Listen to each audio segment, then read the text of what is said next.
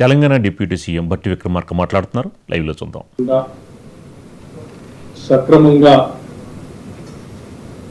పూర్తి స్థాయిలో ఈ సర్వే నిర్వహించడమే కాకుండా నిర్వహించినటువంటి సర్వేని కరెక్ట్గా మళ్ళీ తిరిగి 4/2/2025 క్యాబినెట్ కానీ శాసనసభలో ప్రవేశపెట్టడం కానీ జరిగినటువంటి విషయం కూడా మీ అందరికీ తెలిసింది. ఇది మేము మొదలుపెట్టినప్పుడు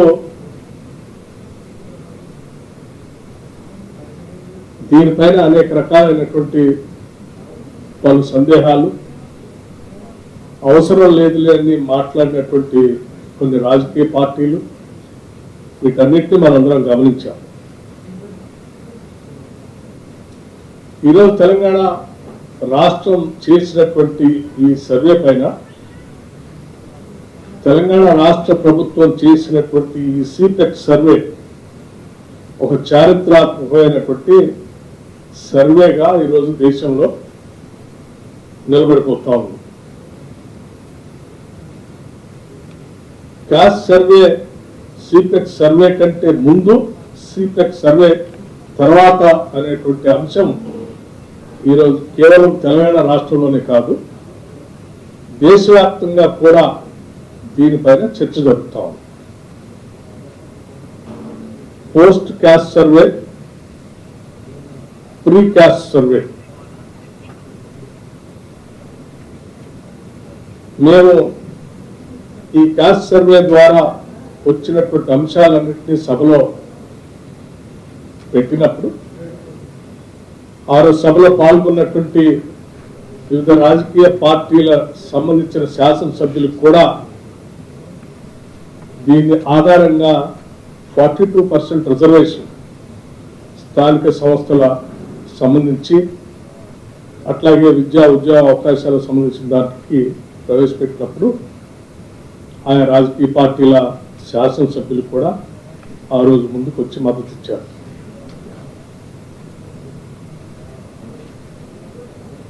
గతంలో ఒకసారి మనం పరిశీలన చేస్తే అసలు ఇటువంటి క్యాస్ట్ సర్వేనే అవసరం లేదని చెప్పినటువంటి ప్రధానమంత్రి నరేంద్ర మోడీ గారు పార్లమెంట్లో చెప్పిన స్టేట్మెంట్,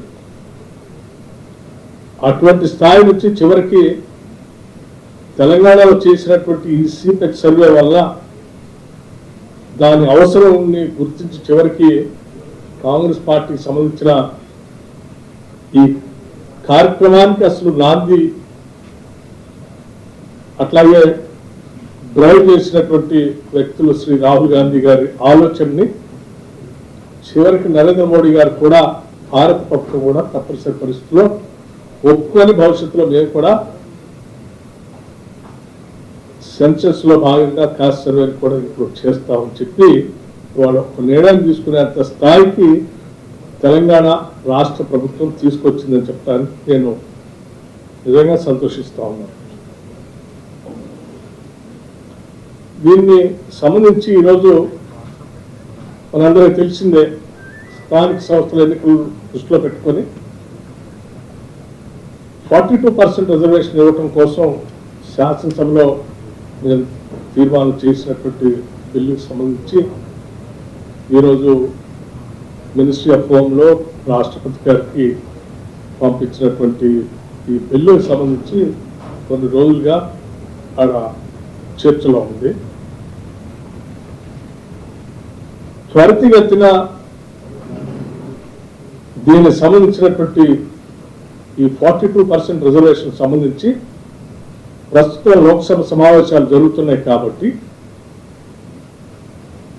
లోక్సభలో ఉన్నటువంటి ప్రతిపక్ష నాయకులు శ్రీ రాహుల్ గాంధీ గారిని, రాజ్యసభలో ఉన్నటువంటి ప్రతిపక్ష నాయకులు శ్రీ మల్లికార్జున ఖర్గే గారిని, వారిరువురిని కూడా కలిసి వారిరువురి చేత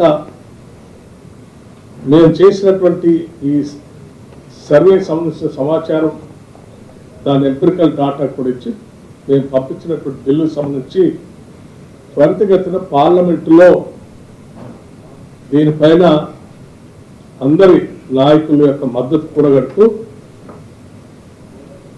దీన్ని అక్కడ పాస్ చేసే విధంగా ఈ రాష్ట్ర ముఖ్యమంత్రి రేవంత్ రెడ్డి గారి నాయకత్వంలో వారందరినీ కలవాలని నిర్ణయం చేయడం జరిగింది.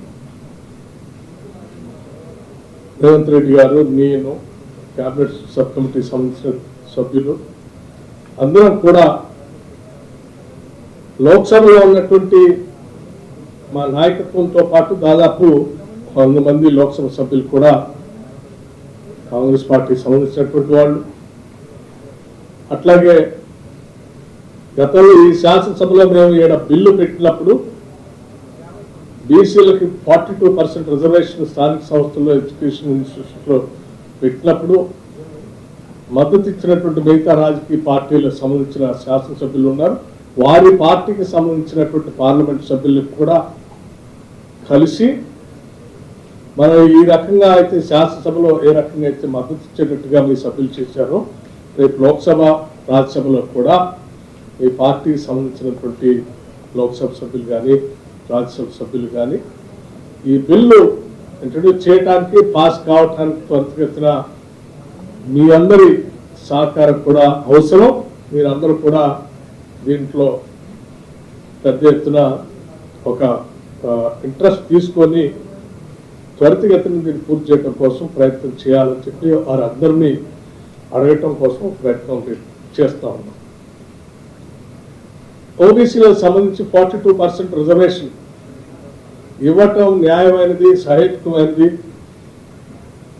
అని నమ్మి కలిసి వచ్చేటువంటి ప్రతి రాజకీయ పార్టీకి సంబంధించినటువంటి నాయకుల్ని, అట్లాగే ఆ ఫ్లోర్ లీడర్స్ని అందరినీ కలిసాం. వారందరి మద్దతు కూడా కూడగట్టి దీన్ని వెంటనే పాస్ చేయించుకునే కార్యక్రమం సీరియస్గా చేపట్టాలని చెప్పి ఈ రాష్ట్ర ప్రభుత్వం చాలా కృతనిశ్చయంతో ఉందని మీ ద్వారా ఈ రాష్ట్ర ప్రజలకి, ఆ రాజకీయ పార్టీ నాయకులకు కూడా విజ్ఞప్తి చేస్తూ ఉన్నాం. మాకు ప్రగాఢమైనటువంటి నమ్మకం ఉంది. ఎందుకంటే తీసుకున్న నిర్ణయం మంచి సంకల్పంతో శతాబ్దాల పడి ఈ సమాజంలో వెనకబడి ఉన్నటువంటి ఈ వర్గాలకి భారత రాజ్యాంగ స్ఫూర్తితో కాంగ్రెస్ పార్టీ